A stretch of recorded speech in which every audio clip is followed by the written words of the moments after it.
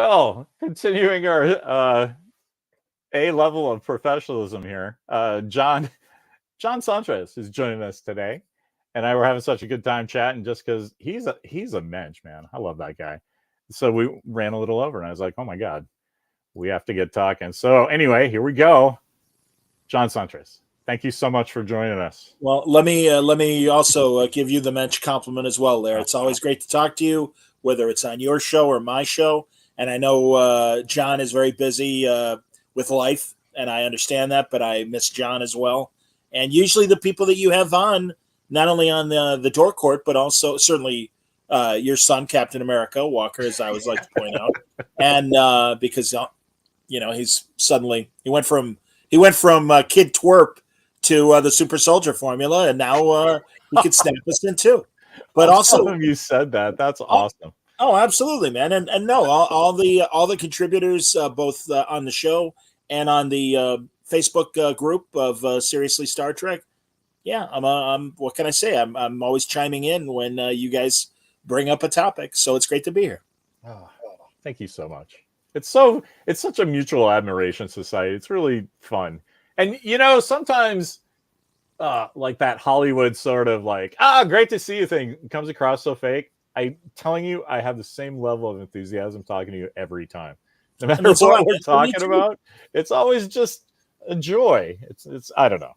Well, no, you've always heaped such nice praise on me, and so does John. And then you guys went out and you got me or if it was you, then just you, not only a fantastic collection of old Star Trek paperbacks, which was great, including the Blish adaptations, which come on, we all grew up on, of our age, people of our age, but also the prayer candle that depicts me as Mother Teresa and has my podcast Word Balloon logo on it, and I've showed that to my family at Easter. And they loved it. They loved it. What? That's great.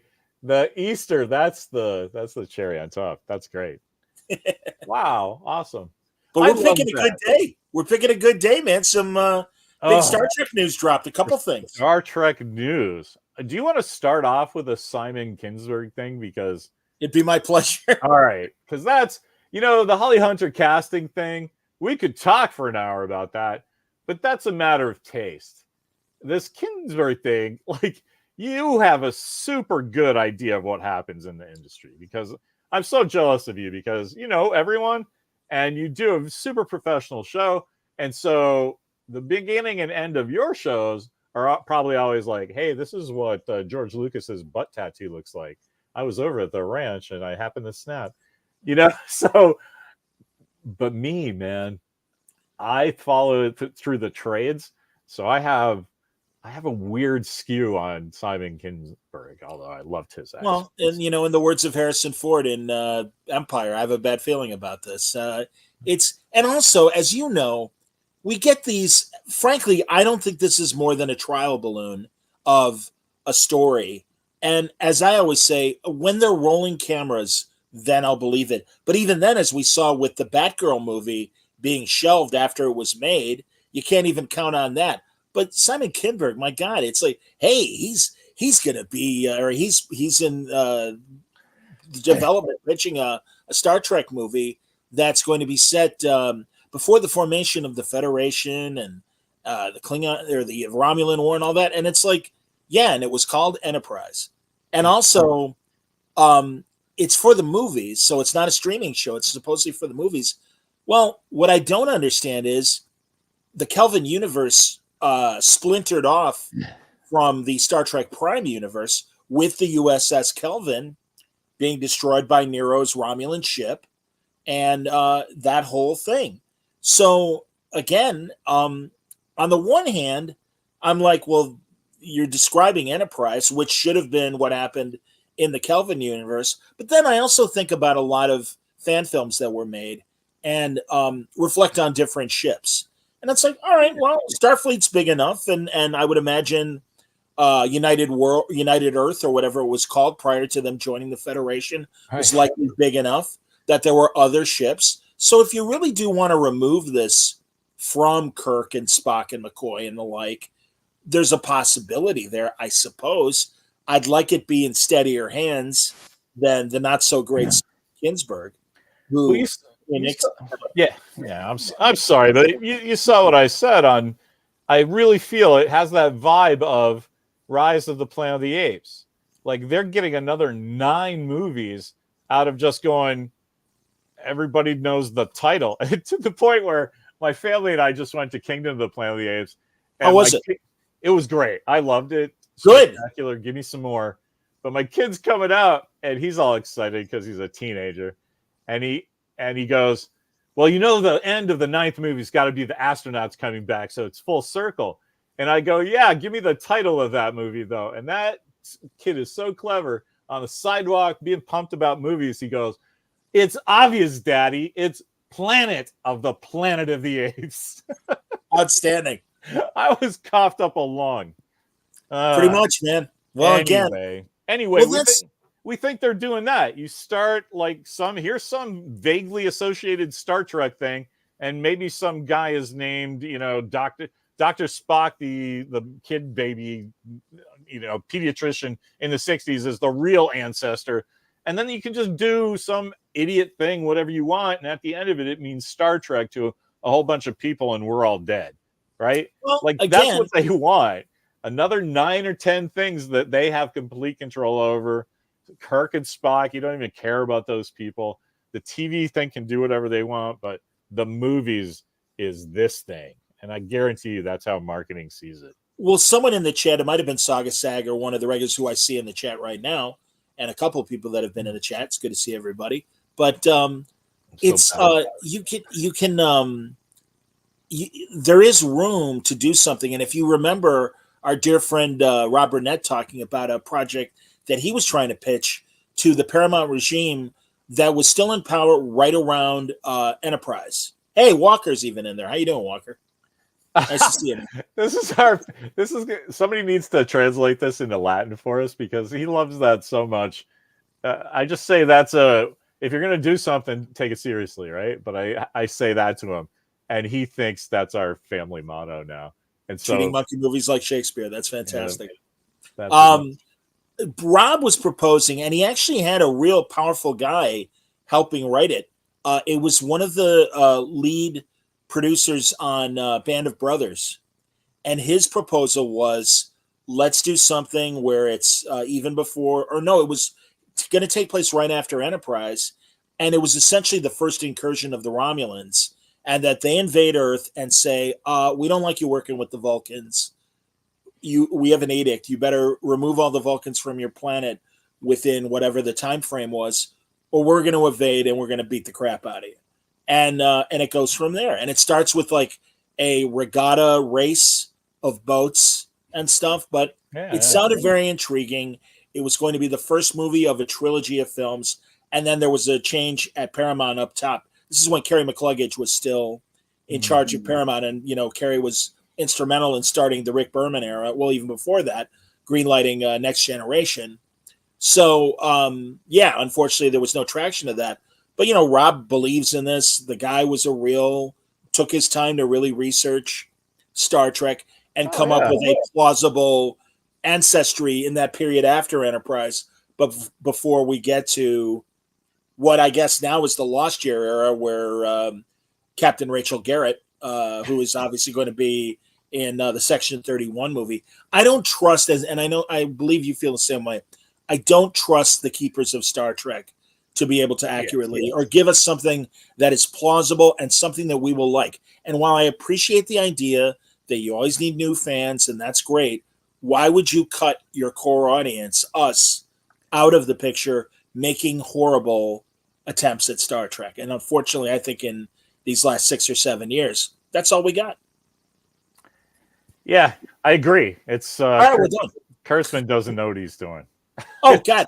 And every time he makes a public statement, I saw him being interviewed, and someone said, do you think it's possible? I mean, what an idiot question this is. Do you think it's possible that any of the newer Star Trek shows can reach 100 episodes the way that the previous shows did? Oh, no, of course not. It's a different era of television. But he said, what I loved was, he's like, well, no, but what we can do is, let's be honest, there were a lot of middling and even bad episodes of Star Trek during that period when we'd get 22 to 26 episodes a season. He said, now we can concentrate on making really good episodes with the 8 or 10 a year. Well, you haven't done it so far. I don't know, Alex.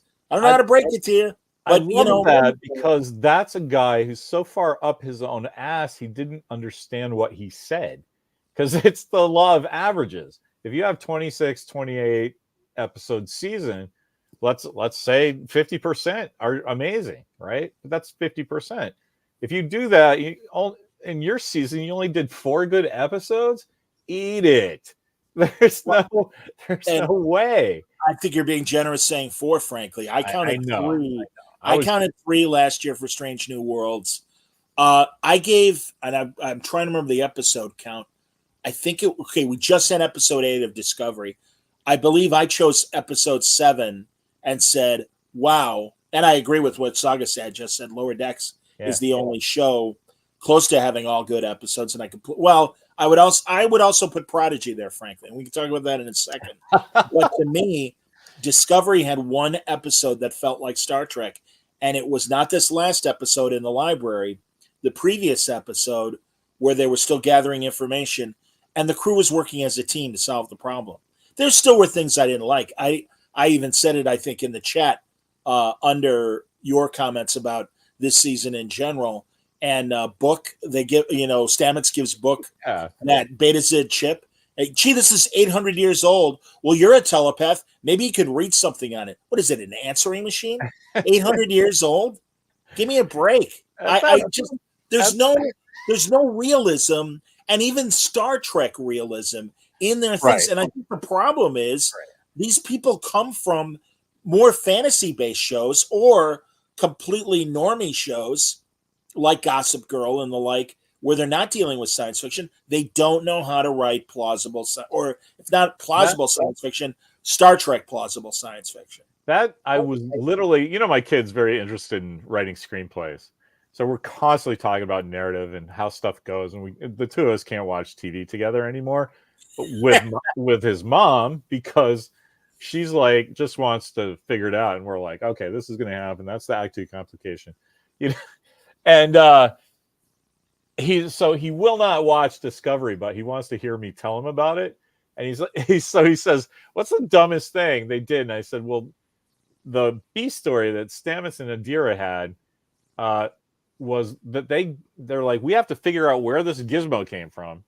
Let's go talk to Jet Reno, who inexplicably has exact information that they find out in less than 45 seconds, which you and me, we're not done talking about what we had for breakfast before we get to the reason why we're chatting, right? But she's not only, anyway, and then she tells them, and then they proudly go, okay, let's go tell the captain. I'm like, well, this is weird. Where's the Nightcrawler bamfing thing if this information is so important? But they eventually get there, and they literally say, I didn't catch word for word, but as an audience member, that scene read like they were just saying the same shit that Jet Reno did. Janet Reno. That would be cool. So it's like, well, that's not research. You didn't do anything. I just asked you if you know some cool fact about Kentucky Fried Chicken. You tell me, and then I tell my wife. I don't go, I researched this heavily. I didn't use Google. Let me tell you, though. Well, also, I think somebody told me. It's very apparent. You can see the lack of budget in a lot of the writing choices. And as I listed again in our Facebook chat, Saru barely being on the show, Detmer and the African woman. Yeah. And I'm so sorry I never remember her name, but essentially it's a crossword puzzle clue. It's such a long name. It was a Kawa alphabet something. There you go. Exactly. But they took the Mirror Universe Enterprise back to Starfleet. So they're suddenly gone. And we got John Doe A and John Doe B, or Jane Doe A and Jane Doe B as the navigator and helmsman. And it's like, well, obviously they make less money than Detmer and Oswego make. And that's, I guess, whatever. But it's like, that's obvious. And even the point you're just making about Jet Reno having the knowledge, back in the old days, they would at least spend enough money to put somebody in alien makeup, and you'd go to a Beta Z or a Denobulan. There was a previous episode where which also got up my ass with Tilly winning the marathon race. That is more as out of shape as I am. Give me a break.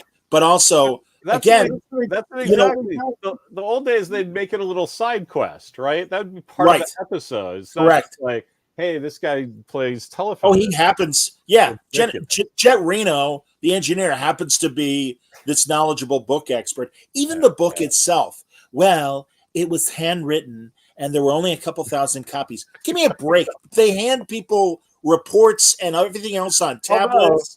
On the other hand, I don't buy it. Me and the lads go to this flea market the first Sunday of every month.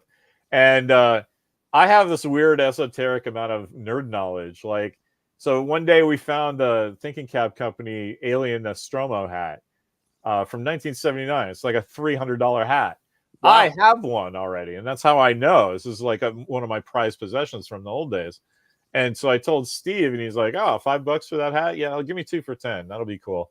So the guy feels like he made some money, but Mark does not get it. He's like, "How do you know this shit?" And one day I said, "Hey, who's doing lightsabers?" He's like, "Me." And I said, "Oh, that's the calculator you need." So what are you talking about? Like, that's the calculator for the bubble thing that's behind the numbers. And he's like, "How do you know?" And it's like, I get that sometimes characters know weird shit like that. Sure. But to just present it as an exposition dump is not Star Trek. You would have to be, and even I get it's on a bottle show, and I get maybe you have to use one of your supporting guys, but just make it like, the two of them keep missing Reno because they're right behind her. She's fixing this thing. And then, or there's a time, or just fucking anything other than, hey, what's up? Yeah, the plot B in the, slot A. Okay, I see you. We're off to see the captain. It's lazy as shit. It makes me angry. I hear you, man. I got to be honest, and a lot of people, and I get it. Well, shame on me.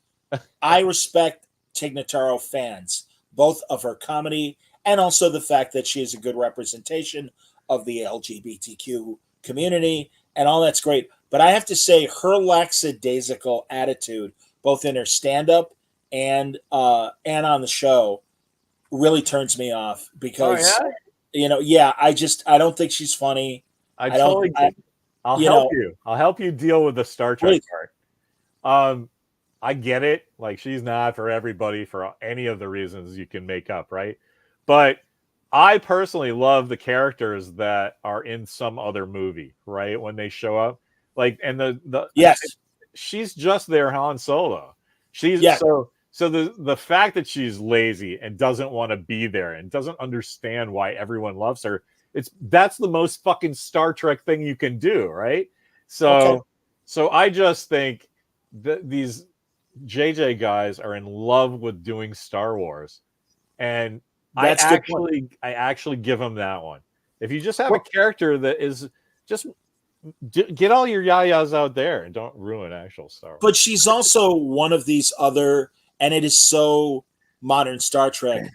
Again, Starfleet doesn't have to be the Marines or the Army or the Navy, but it should at least be the Coast Guard, where there is a chain of command.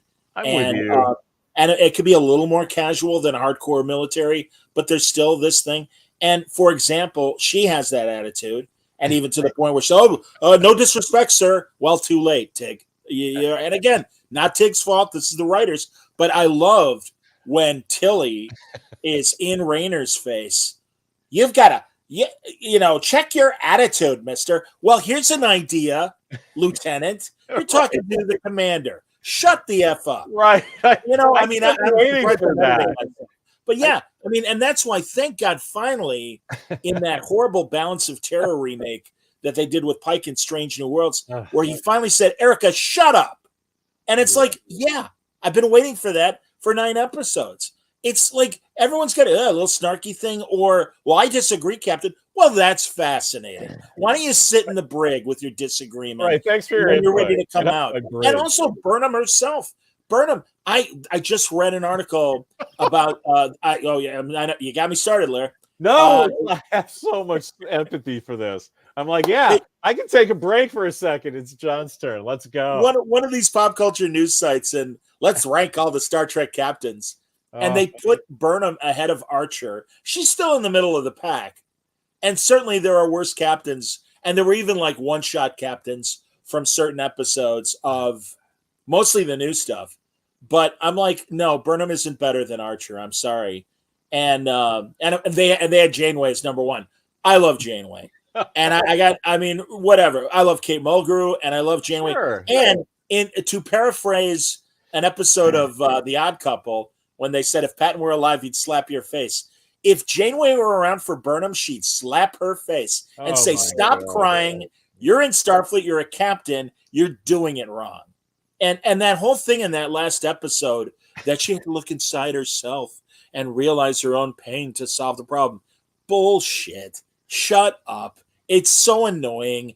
And they have yet to figure out that what made Star Trek great was it's a bunch of people together working together. And they always have to congratulate themselves for every little thing that they get right. And Adira's whole storyline this year, beyond breaking up with Gray, of, oh, I let the time bug on the show. I feel so guilty. Well, stop feeling guilty. It's not your fault. Now do your job. Oh, look, I can do my job. For 4 weeks, we got that. And it's like, man, you really have nothing to write for this person. That's really a shame. And what a disservice to the character and the actor that you can't give more things for that character to do. Yeah, it's not that character, though. I mean, you said the exact same thing about Pike. It's like you take 9 episodes to tell the officer to shut the fuck up, you know? Yeah. It's like these guys just protract everything. That's why we have 8 episodes to do awesomeness just rings so hollow to me. And it sounds like somebody who doesn't know or has forgotten what the hell people want out of Star Trek. It's an action-adventure movie with cool new science fiction science fiction ideas with a moral story or some kind of lesson every fucking week. Not like this up and down fucking bullshit that they do. Drama. I keep calling it trauma drama.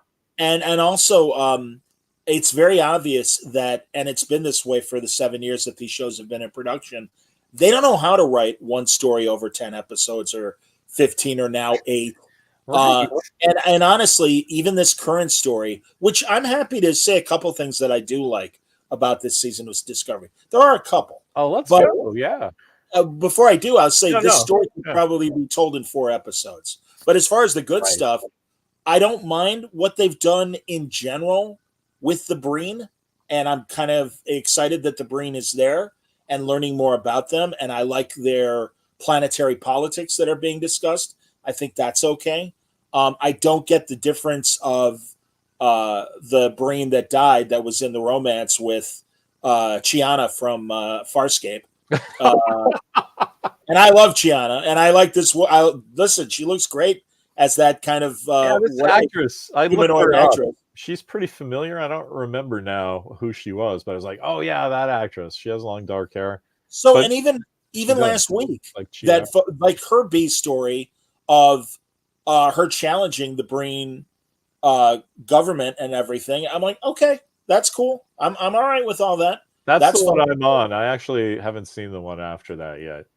Well, it hasn't come out yet. That's the most recent episode, and Thursday we're going to get episode 9 and then episode 10. Fantastic. But it took me. Do you know how long it took me to watch all of those? Like a long time. I didn't care. Yeah. It's not appointment television to me. I don't understand. These guys think that they can keep doing this crap, and I'm just going to go off and go, oh, well, don't watch it if you don't like it. No, you guys don't understand what being a Star Trek fan is. No, I'm going to be, my last brain cell is going to be give fucking Eugene Ragasa his guitar back, you bastard. Well, and again, as a writer yourself, Lair, I get the idea of let's upset the status quo, and maybe what we always thought was everything was safe and right isn't. And even further, Rob Burnett pointed out in an article, and I understand now even better where likely these writers are coming from. When we grew up, the institutions that ran society were trusted, whether it's the press or politics, even in the face of Watergate, that was such an anomaly compared to the regular status quo. that everyone was shocked, disturbed, angry, and did something about it. Now, with fake news and every opinion being, there's facts and there's alternate facts. Yeah, thanks, Kellyanne. That idea has really ruined society. And now I think young people don't trust the institutions, and they don't. And the Federation isn't always right. Starfleet isn't always right. We always had rogue admirals and captains that would do their own thing, but they were called out and dismissed. I'm not sure I buy into that. That's all, because in the 60s, like, one of the best lines in Planet of the Apes is "Don't trust anybody over 30." Sure. Right? There's and then but that's 70s, not Star Trek. But go on. No, but I'm saying that everybody, the society was all "Don't trust the man," don't trust anybody over 30. Then you slide into Watergate. You're not trusting. I just don't buy that the people who did the TV we love grew up in the 1950s. I think they grew up in the late 60s and 70s. No, you're right about the Berman era Star Trek people. And that's what I'm talking about. Well, if you go back to the original series, though, these are World War II vets. No, I know. They fought the good fight, and that's why they wrote what they wrote. And that's why. Yeah, you get to Berman and Piller, though, and they're like, yeah, those World War II guys were fucking right on. Here's what we think about that through our lens, but it's still Star Trek, right? Right. The problem they have the modern guys is that here's what we think about science fiction society through our lens of 90210, and it says Star Trek on it, so we need some pointed ears, guys. And that's the part that just it insults me as a consumer. It's like, yes, you told me that this was mustard, and you're giving me mayonnaise. And they grew up. Mayonnaise is awesome, but you told me it was mustard. They grew up on Star Trek memes. They grew up on the internet age of the late 90s and early 2000s, and Beam Me Up, Scotty, and a supercut of Kirk kissing every alien woman he ever came in contact with. I don't even think they grew up on that. I think they grew up on... Or that's the research they did. Everything. Right. That's the thing. That's the research they did. And it's like, well, we'll get the vibe and it'll be cool. And like, no. Every now and then I'll hear a current writer being interviewed. And I heard one gentleman, I don't remember his name, and I don't mean to pick on him, but he's like, yeah, I spent a weekend watching a shit ton of Star Trek, and now I'm considered in the writer's room the Star Trek guru. And it's like, good Lord. And also a weekend, there's over 700 episodes from the original series through Enterprise. A weekend? I don't think so. I don't buy it. Or you didn't watch enough, and you didn't get the right message out of that. They play at Star Trek. They don't. I mean, Rob said this on his show, and to me, Rob Burnett is like Star Trek chess master, and I'm just a student at his feet. But I agree with him. They play at Star Trek. They don't believe in Star Trek, and I don't mean in the sense that it really happened, but that there's a plausibility in the Berman era Star Treks, and certainly the TOS people, that they would adhere to, like, these are the rules of the universe. We're going to color within the lines metaphorically and not color outside the lines. And now you got a bunch of people that are just like, scribbling like we did when we were 3 years old and had crayons in our hands. It's so disappointing. And I never thought I'd be like a Star Wars troller. And I suppose maybe because of my attitudes, I could be perceived as such, but no, I'm a broken-hearted Star Trek fan.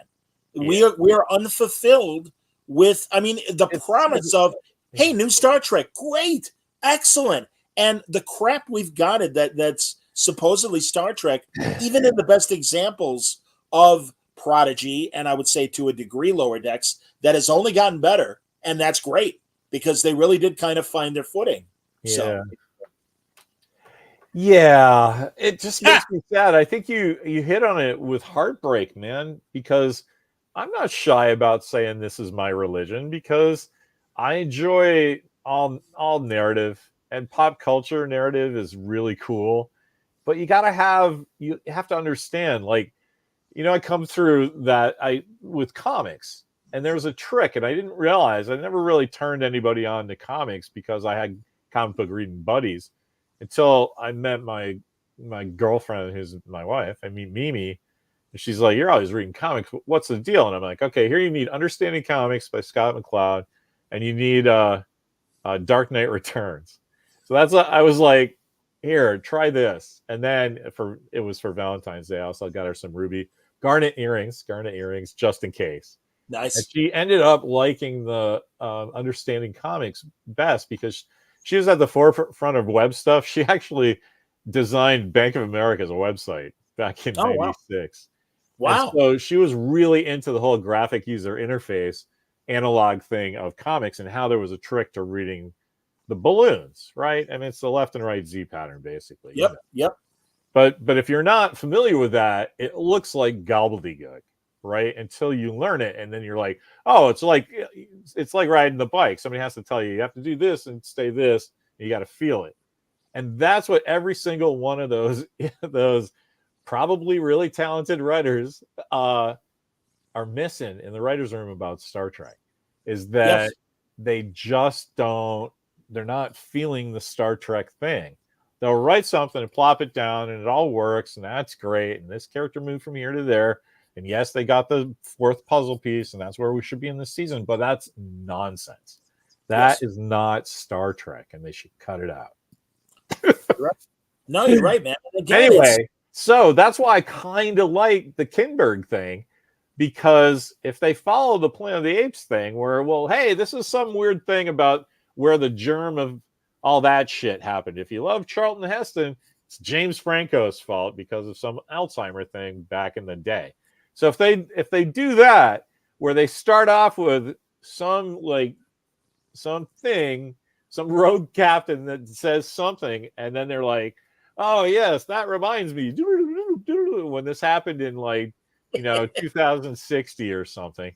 And then that's the germ of whatever happens in the Federation. If they kind of pull it like that, then you can do the second movie that just picks up where the past thing is, and you've already knocked it into Star Trek, and the idiots won't even remember in 3 days because they're on to the next thing. So if you look at it like that, I kind of dig it. I hear you, man. Did Kinberg write my Star Trek, but it'll be something else to follow. It'll be a version, right? I even liked the first JJ movie, the 2009 movie. It was fun. It was action. And it was close enough that I was okay with it. Star Trek Into Darkness was complete crap. I love that too. Well, I didn't. And also, man, they lucked out in missing the Me Too era when they had that gratuitous shot. Oh. And I say this as a red-blooded male that appreciates the female form. Yeah. I like seeing Alice Eve in her underwear, but what a completely unnecessary scene and so gratuitous that it's like, oh man, come on, this is. And again, well, I even made I got an app. I'm sorry, I meant to send it to you, Larry. I ran out of time. A fake video app, and I made a video of Trump saying, as president, when I get in office, I'm going to do these 3 things. I'm going to fire Alex Kurtz from ruining the brand of Star Trek. I'm going to reinstate William Shatner on camera as James T. Kirk. And I'm going to make a decree that all sexy women wear sexy uniforms like they did in the 60s. and again, complete crap, ridiculous. Loved it. But yes, Chris, exact. Chris has the line of Alice Eve, turn around. Turn around. Here I am. It's like, come on, man. And God bless Alice Eve for agreeing to it. I just think you can fix that. You can fix that in 2 seconds, right? Just have you fix that in 2 seconds. If you had a quick scene, you cut to Chris Pine. He's got his shirt off. So there's one for the lads, one for the ladies. There you go. Keep going with the movie. Don't even think about it. But again, completely unnecessary. And Star Trek Beyond, the third movie. First of all, you've got one of the most beautiful men in the world, Idris Elba, and you cover him in alien makeup for 95% of the movie. That's stupid.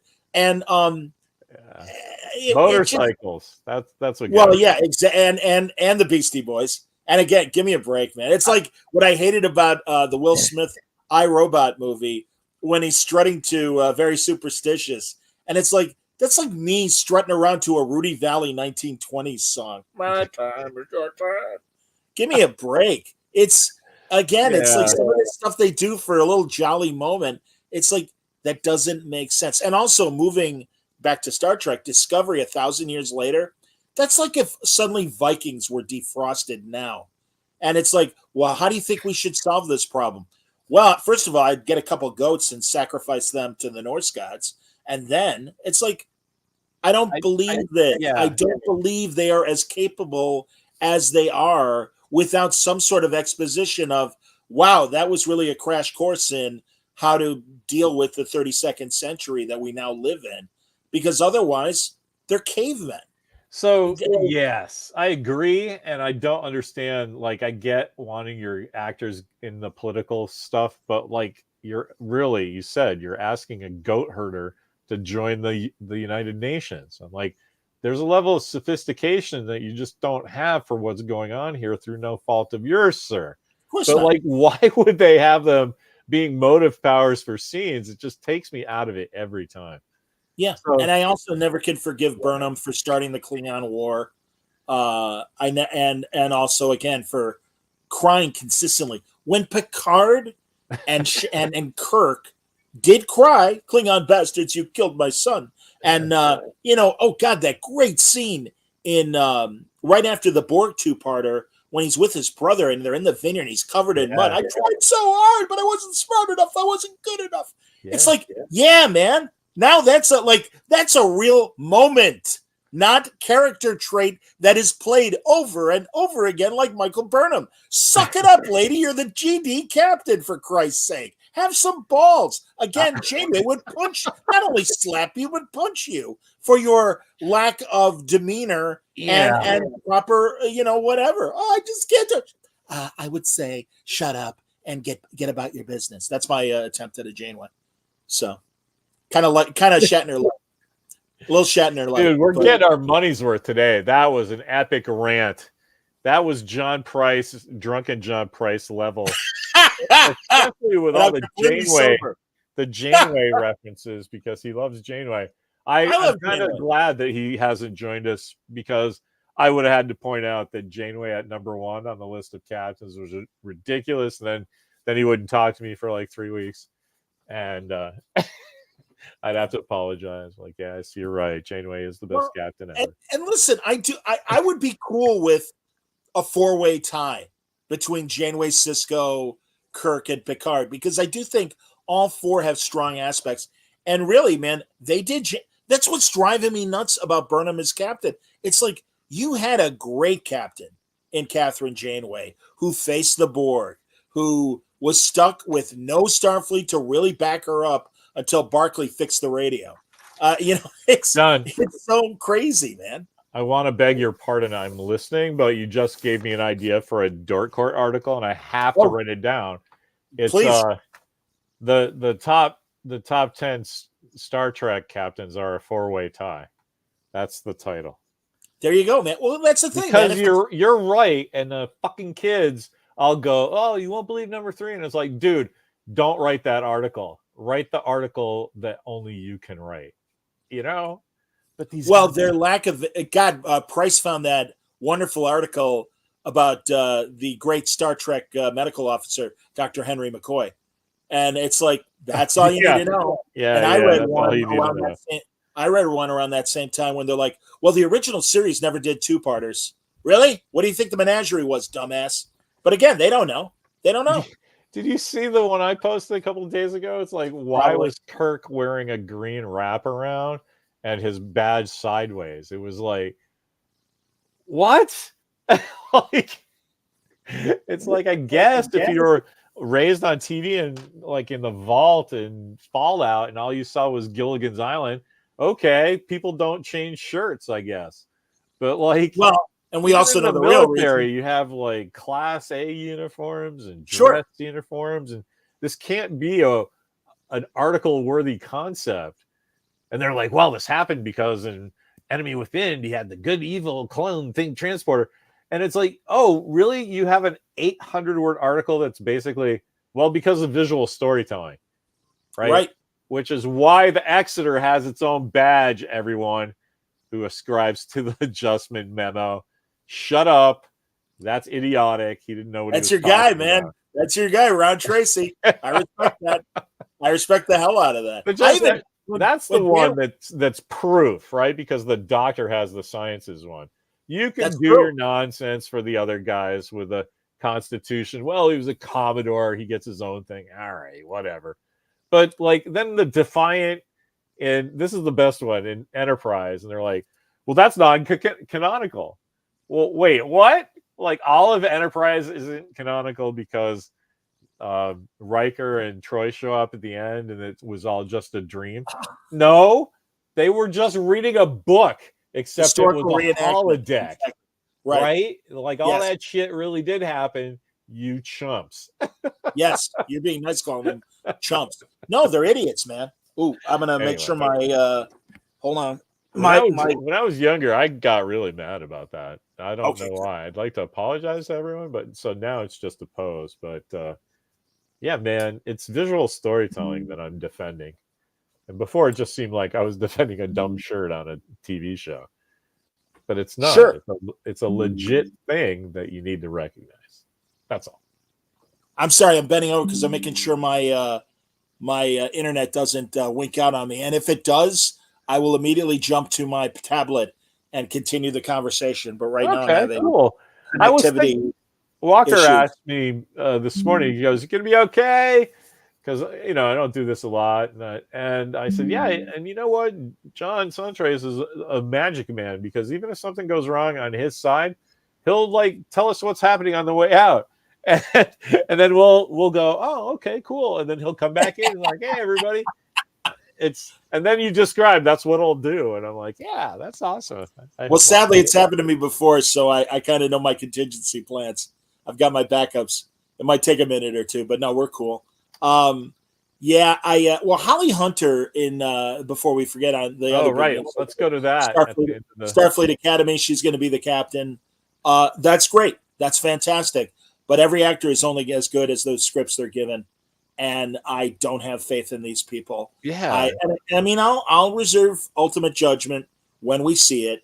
I wonder if the whole like racial Burnham gender thing is going to come up. Where if in the old days, if you said I don't dig on this, it's idiotic. She's always crying. They're like, well, you don't like women, you don't like African Americans. It's like, no, I just love Star Trek, and this isn't it. And so I hope that doesn't happen because Holly Hunter's fantastic. I think she would make an amazing Star Trek person, like somebody in the Federation, like Dean of the College or captain of a ship or lead the whole show. That's fucking great. Except I don't see any Star Trek coming from the characters and situations. Tilly is a professor for kids. And it's like, can you just put Holly Hunter on a ship and kick some ass? Because that's all anyone wants. Well, can we have a Rainer show after? Oh, Rainer would be great, right? And it's so funny. I've been watching Galactica, the Ron Moore Galactica, and he's so wonderful in that as one of the Cylons. And as soon as they announced him being on this season, I'm like, well, that's a good casting move. And for the most part, they've done him reasonable justice. But I don't trust this group to be able to maintain that. Well, just two more over. Well, but already Rainer is drinking the Burnham Kool-Aid, and whatever. I just love that guy because that's the character Star Trek needs. I would love to see him and Saru on a ship, and and then have some third character that you have to invent because it's something new for Star Trek, but have that be their dynamic where, Rainer's the like to be and Saru's like, or not to be, you have to admit. And then your third character is like, that's the question. And then you shoot your narrative. Dude, it's the easiest thing in the world. And they don't do that. Because they project one direction and one opinion, and they are always right. Every one of these shows. I can't say that about Lower Decks and Prodigy because they at least have a little more teamwork going on. Yeah. But in Strange New Worlds and in Discovery, we're morally right. I keep going back to that Strange New Worlds episode where Una had her trial. Yeah. And what a missed opportunity to legitimately explain the Federation and Starfleet standpoint about genetic manipulation. And as they said in the Deep Space Nine episode, with great intellect comes greater ambition. And you really explain the slippery slope of Khan and his followers were genetically enhanced, and it's a super master race. We don't want that. We don't need that. They did say that there might be exceptions of, someone, needing the genetic manipulation from an injury standpoint or whatever. But again, they decided instead to tell a metaphoric story that you can apply to people of different colors. You could certainly apply it to different sexual orientations and that kind of discrimination. That's a choice. They made it. And aren't we? Say we're right and they're wrong. And I don't mean that to say that argument. And I don't mean to give that sort of Karen-esque attitude. But it's like, yeah, dumbass. We all agree and know that. But this is more complicated than that. And instead of giving us an intellectual question, much like Measure of a Man in Next Generation when Data was on trial, we got it's wrong to discriminate. Thanks a lot, really. Gee, we got the memo, thankfully, starting about 60 years ago with the Civil Rights Act. But okay, this is obviously new. And again, you got jerks out there that are happy to, they beat their chest about nationalism and things that is clouded discriminatory attitudes. Again, I don't buy it, and you kind of crap the bed. And I even have a good television friend who is really known for writing great television in the vein of Law and Order and other courtroom shows, Boston Legal and all that. And he's like, oh, I really liked it. I'm like, yeah, but what about this? And he's like, yeah, wow, I didn't think about that. Yeah, you're right. And again, I don't mean to say I'm right way to go, but it's just like there's an opportunity to tell a really interesting intellectual debate where you understand both sides. And that's why it's like, no, it is a complicated issue. Hell, I never thought, I'm like, wouldn't it be great if we can help the blind see and the deaf hear? And there's a huge deaf community argument of, if you do that, then our deaf culture goes away. And it's like, wow, I never thought of that. It is more complicated than just do this simple binary fix and then we've got a better world. Yes. For example, you brought this up earlier and it just popped back up into my head that the main thing that shows me those guys don't know what they're doing over there is that guys like us will have legitimate criticisms that get read just because of who we know, and it's hard not to think that sometimes some of our stuff gets addressed, but they don't know why they're addressing it. So stuff like this happens that you brought up. There's, our missing bridge people that I never learned their names because they didn't tell us for a season and a half, right? And then they 4.5 seasons. Well, whenever, yeah, you're right. First, guys, when Pike shows up, he goes, "Oh, hey, everybody," and it's really awkward. But they kind of sold it because it's kind of an awkward scene, so I spot them in that. And then they call everybody by name, and you kind of remember who you remember, but because it doesn't matter, because they don't give anybody any other things to do, and that's fine, except that you get to this season, and they're like, "Oh, hey, Mitchell, do this," and "Hey, Jones," and you're like, "Who the fuck are these guys that you are talking like we're supposed to know who they are?"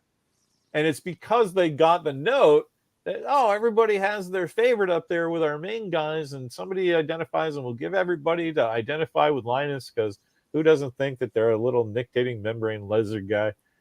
I get it, right? Except that has to go organically, right? And there's ways to do it when you're writing it. You got to give them a little bit of business and hope that it creates over the story. But these motherfuckers either will not do it or don't know that anyone gives a shit. And it's like I've never seen people with a waiting audience offer an entertainment that is not the thing that the waiting audience wants. Well, here's my theory. For 5 years. No, here's my theory. Eat the gruel. No, fuck. They, and I don't know the exact number, and I am a SAG member because the radio and TV union merged with the Screen Actors Guild. That's awesome.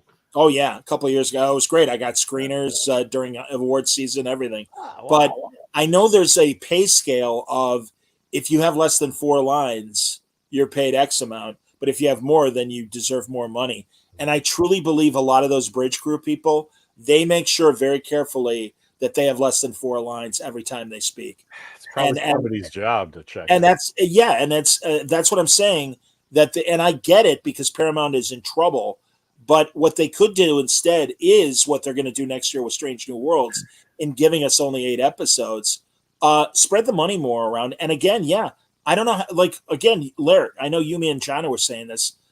So much of the action happens on the bridge that you've got to know these people. And also in that library episode, I'm glad they finally showed who was in command, because I'm like, Rayner and Burnham are on the planet. Saru's his own captain now. Yeah. I'm like, who's in charge of the ship? Well, both the commander and the captain are gone. And then we cut to, and I don't know his name, but the Asian actor. Yeah, I mean, in the original series, it's like, okay, Spock and McCoy are on the planet. Scotty's in charge. And if Scotty's not there, then even for a while we had Mr. DeSalle in charge.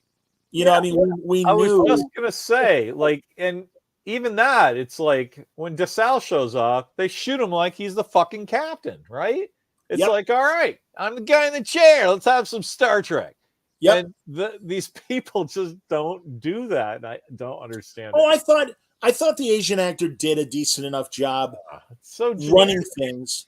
I mean, and that's okay. He was still in contact with Rayner or Burnham whenever he needed to be. By the way, you mentioned earlier the instantaneous transporters. Well, that's why you got a fat ass like Tilly farting around on that stupid ship, because she doesn't have to walk anywhere. I mean, and it's what an unnecessary that's all right. Here's another Dork Court article idea. Most unnecessary Star Trek innovations in the 32nd century. I would put instantaneous transporters anywhere as one. I would also put the detachable nacelles that from last season, that beyond showing us that they can do it, what is the purpose of them? And how come we haven't seen it? We saw the saucer separation on Next Generation more times than this idiocy. And at least it made sense with the saucer section, because you got the Starfleet officers that if they got to engage in battle, they're going to be on the battle bridge in the main part of the ship, and the saucers where the civilians live. So let's get them out of danger. That's why you have a saucer separation.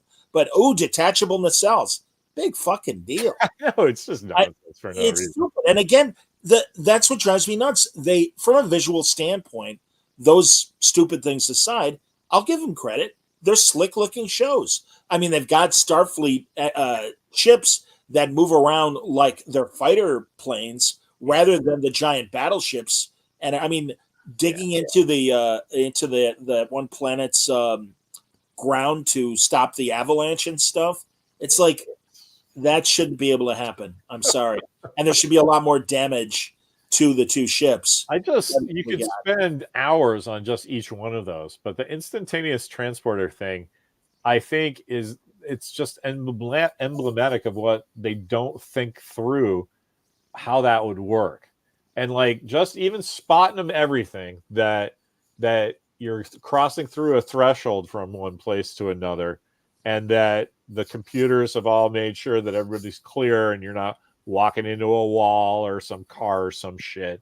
Spotting them, all that, I really find it hard to believe, if anyone has ever gotten their wisdom teeth out or something, that that when you're in one place and then wake up in another is disconcerting, even if you understand what has happened. But to have that happen in a millisecond, where you're in a grocery store, but now you're in a law office with all of that cacophony that you just left, not what's in front of you, I think would really damage culture. And that would be cool in a science fiction way, but in a novel, you'd spend 3 chapters on that, right? But yeah. All these guys did is make me not give a shit of whatever was happening in the episode while that was running, because I had that entire thought that I just spoke to you out while the fucking show was on, folding laundry, because I didn't care. And this is my religion, man. I don't understand how that has happened. I always refer to Star Trek as my stories, because I get, I'm sure you guys get as well. Well, if you don't like it, stop watching it. Why are you watching it? It's like, because, as you say, it's your religion. I'm Right. like grandma with her soap opera. These are my stories. And they have been literally since I was 4 or 5 years old. And it only Yeah, intensified absolutely. during the wilderness years between the original series and syndication and the first movie, that I would buy the very paperbacks that you sent me. I Uh, know. you Huh? know, and, Isn't that and, great? and would read the best of Trek, that were collections of just great essays of, well, how did the Vulcan Society allow Sarek to marry Amanda, and why did that happen? And you'd get this great essay of several pages of this one person's theory, because they took it seriously as well. So Yeah. no, man, and you're right. They make these technical choices, the turbo lifts, Oh, the gigantic cavernous turbo lifts. what? It's a fucking elevator. Don't be stupid. Yeah, but doesn't it look cool? No, it looks stupid because it makes no sense. These ships don't have infinite space. Right. What would that be even for? Right? Like, you don't need a giant open space for maintenance. And right? now, and it looks like the inside of a UPS tracking thing. So, Oh, I think it looks. I think it looks like the inside of if the trams that are between mountains for ski lifts, and okay, not ski yeah, lifts, those like in the sure. Bond on Her Yeah, Majesty's yeah, Secret those Service. gondolas, right? Yeah, but Yeah. and they're suspended on the wires and stuff. That's what they look like, and it's like, Oh, no, yes. no, That was wrong. horrible. Dare I say, wrong. I don't And even. it's like, and again, aren't we cool? Look at all the cool innovations we do. You guys suck. You don't listen to your science advisors. I mean, there's that whole thing too, where at first, and I've actually known a couple people that have worked on the show and asked them, you've got a science advisor, and it's like, well, just because we have a science advisor does not mean the main writers in charge listen to the science advisor. And that's, man, I wouldn't want my name on the show if that were the case. Why did they let them do that though? It's embarrassing, right?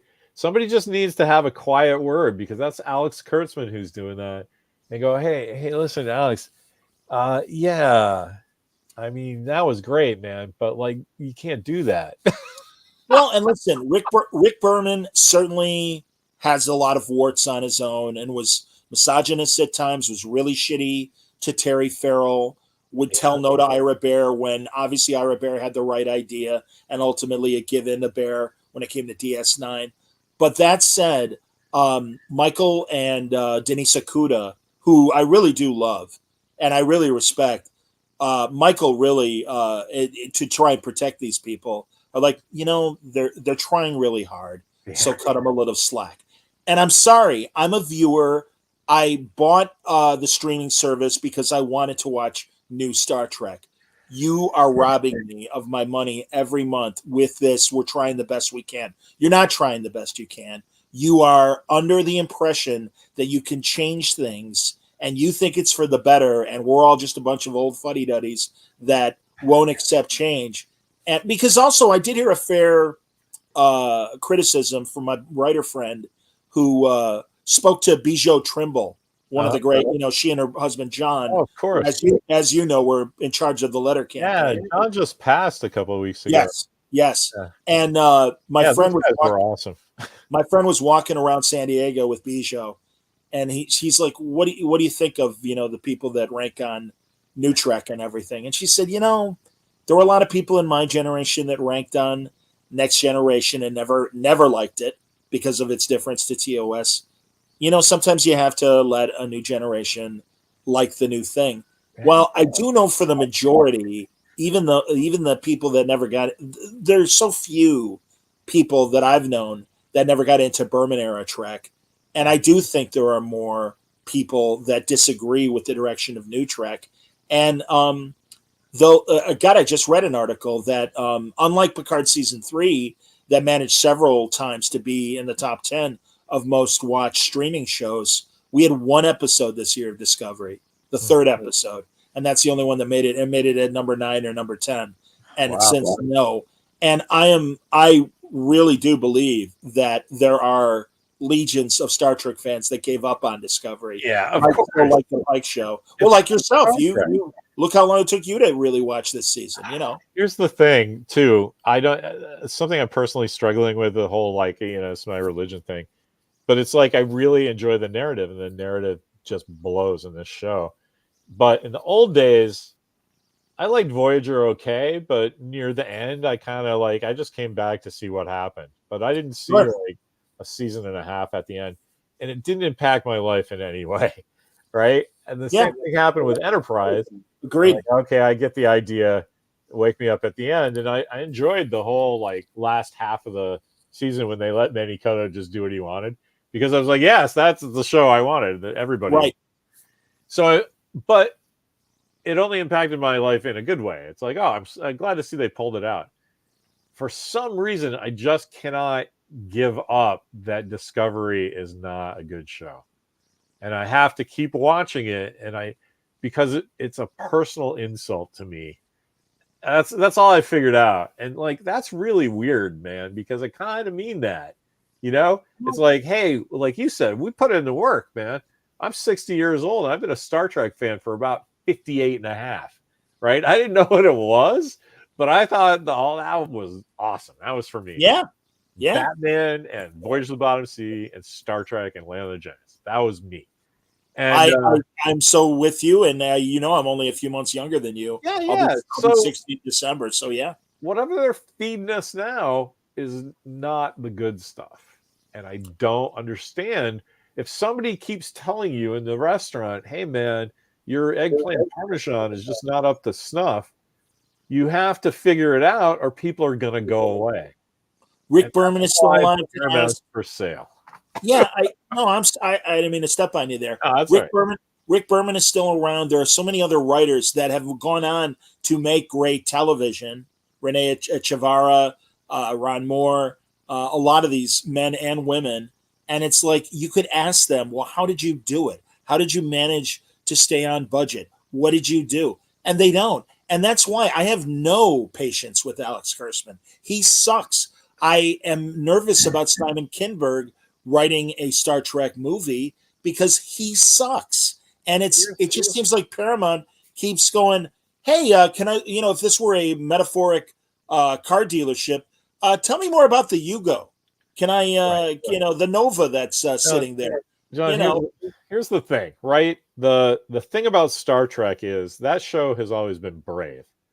And the people who run it now are not brave. And so all Star Trek needs is my kids. I told you, I mentioned twice here. He's screenplay. We talk about narrative all the time. You don't need. I say all the time. I could fucking write a Star Trek to make you cry, and I could. But who gives a shit? You want somebody because how Star Trek is done is not a secret. They can't fucking do it for some reason, but somebody like me could do it all day long. What they need is somebody who understands TV, who knows why the audience loves Star Trek. They don't have to be a Star Trek fan. You just have to watch a couple episodes and go, that guy sings. That guy has conflict with that guy. This guy secretly likes him. I'm telling you, because that's what I'm going to do in my show, which is all they did in the old time. And now everything has to be this corporate massage, vertical. Who gives a shit? Give me Star Trek. They think they're being brave because look, we have trans characters on the show, and look, we have women in charge, and that's great. But I always say, I forgive all the metaphors I've been throwing out there, but it's like a board game, and it's like, look, we have trans people and we have women in charge, and all that, and all the DEI stuff that everybody is asking for. Great. If it were a board game, you pass square one. But now you're on square two. What does Adira do? What does Ray do? And there are no answers to those questions because they think, well, mission accomplished. There they are, representation. Representation is great, but we knew what Sulu brought to the bridge. We knew what Uhura brought to the bridge. We knew at the height of the Cold War what Chekhov brought to the bridge. And by the way, I don't know if I told you, Lair, my buddy Mitch Halleck, who runs Terrific. Oh, yeah, Mitch, of course.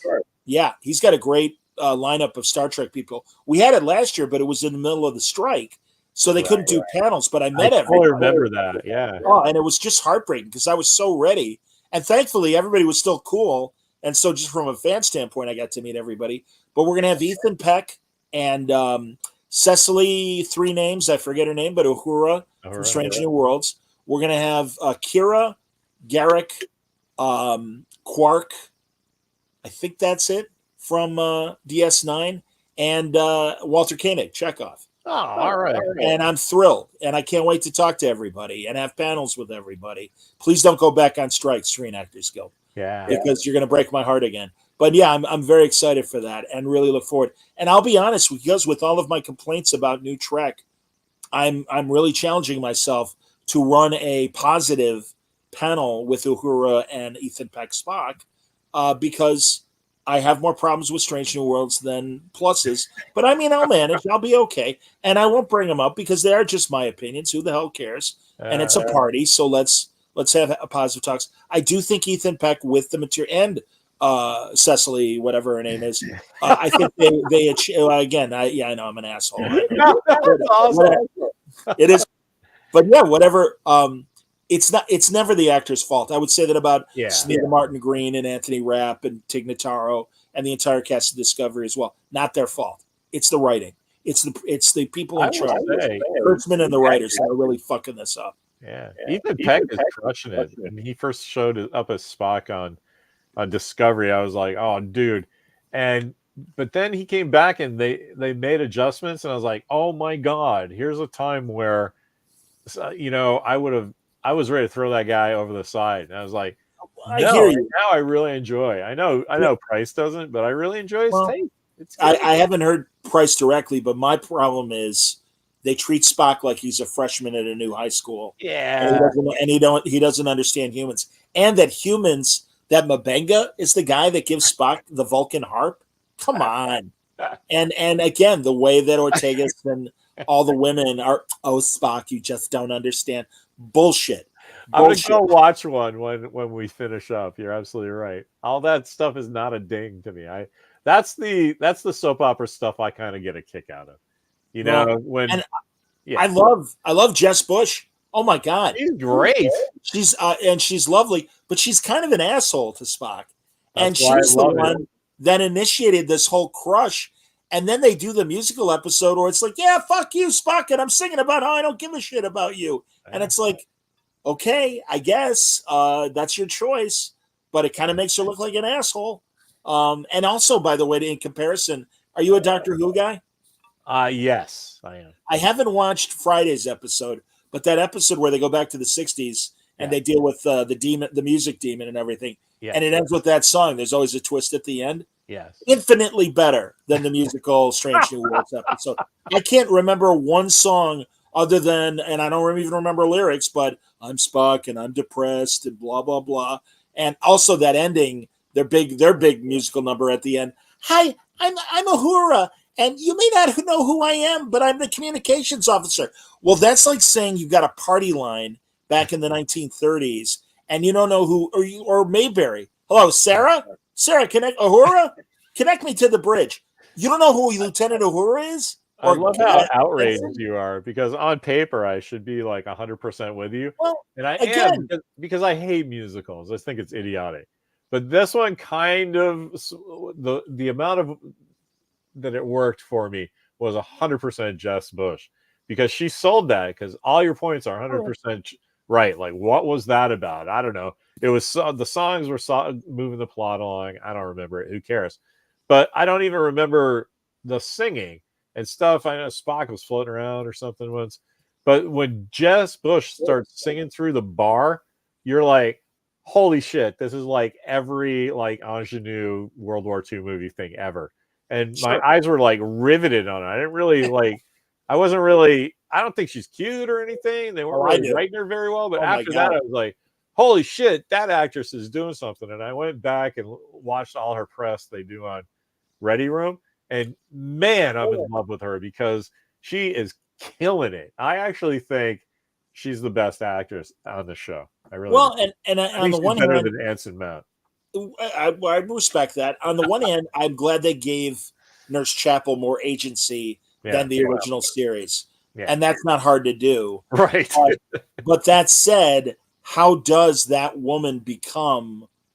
the Nurse Chapel that we know from the original series. That's the problem with a lot I of don't their. think they're answering that. Well, I think I hope they're the all on ultimate. their own trip now, and I nobody's hope going the to ultimate. care. Well, and they don't. Well, and they.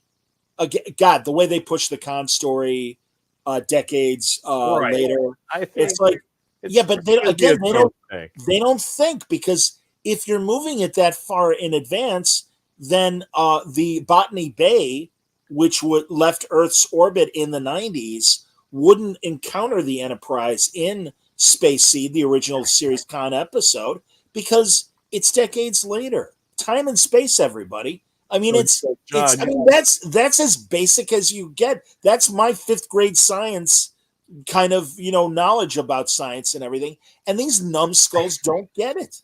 And if they don't, at least then admit at the end of the day, this is a different well, universe. yes, let me help you. Let me help you with this. This is the Go only ahead. thing that lets me sleep at night. If you think about the original series, just Coke, right? Coca-Cola. And then new Coke happens. The JJ weird shit that turns into Secret Hideout Sure. TV bullshit. That's new Coke. It's not Right. going to go away. We're Right. just going to have two kinds of Coke. Yeah. And then except classic Coke now is going to be Kinberg's TV new movie thing, because I got a feeling that he's just going to do, here's the Revolutionary War series that leads into Nixon or whatever, right? And we're going to get, I guarantee you, the end of the first one is we're gonna get Kirk and Spock and McCoy on the bridge, and then they're going to be like, the movies are going to be Kirk, Spock, and McCoy, and we're all just going to eat it, and then the TV is just going to be their own thing, and then we're just going to eat it. And well, again, we and hope. Noah Hawley was supposed to make a Star Trek movie. Quentin Tarantino was supposed to make a Star Trek movie. Yeah. I forget the lady's name, and I don't mean it in a pejorative way when I say lady and not woman. So I don't want people to misconstrue. But there have been so many announced directors and ideas, and none of them have come to fruition. If this Kinberg project happens, we'll see what it is. I remain doubtful that will even happen until cameras are rolling, because again, Paramount's in trouble. I can fix it in 2 seconds. That just let everybody do that, right? They're all like, oh, what's going to go on? What's going to happen for their franchise? No. Quentin Tarantino wants to do a fucking sequel to a piece of the action? Yes, please. You don't have to spend $250 million because you only get to use these sets, QT, at this time because we're doing TV. And he goes, fucking yes, let's go. And then, right. Well, you're like, hey, that Black Sails Pirate was a good TV show. Let's do the Star Trek version of that where there's fucking Federation pirates. Who gives a fuck? Space is big.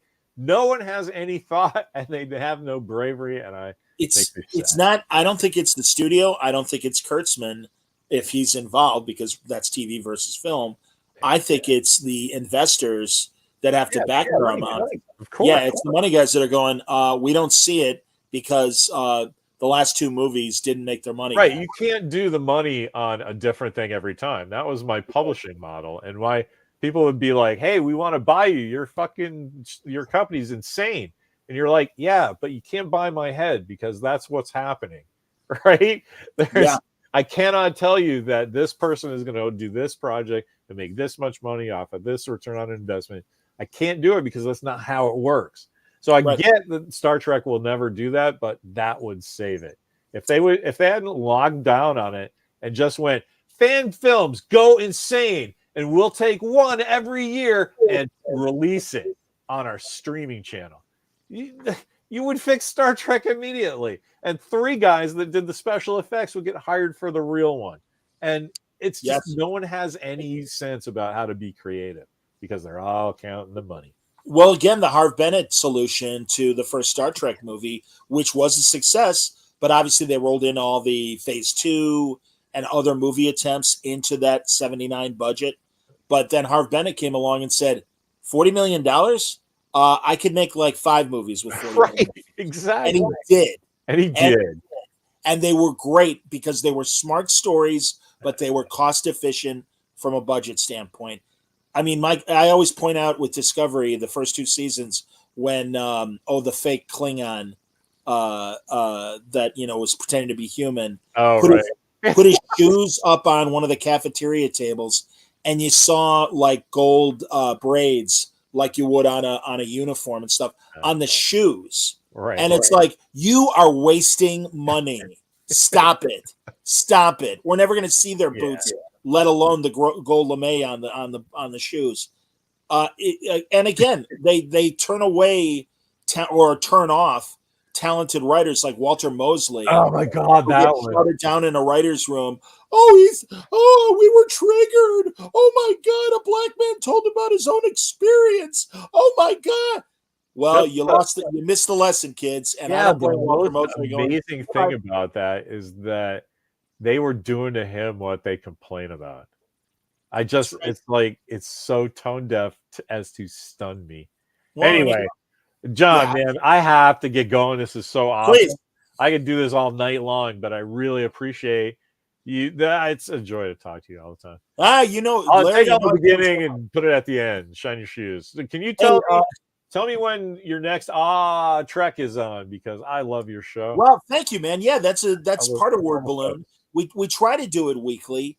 Mitch just came back from Italy in the Lake Como Comic Con over there. So we want to give him a chance to relax and decompress. But so if we don't have one this week, we definitely will have one next week before the last episode, and we'll certainly have a season review. If it's all right, I would love to release our conversation on my feed as well. Absolutely, John. My pleasure. That's great. Yeah, all right. Well, all the Word Balloon people, thank you then for doing that. But yeah, wordballoon.com. I'm where you can find podcasts and YouTube and Facebook. And I post my live shows there as well. Thanks, Walker. I agree. I appreciate that. All right, everybody. Thanks very much. See you next time on the internet.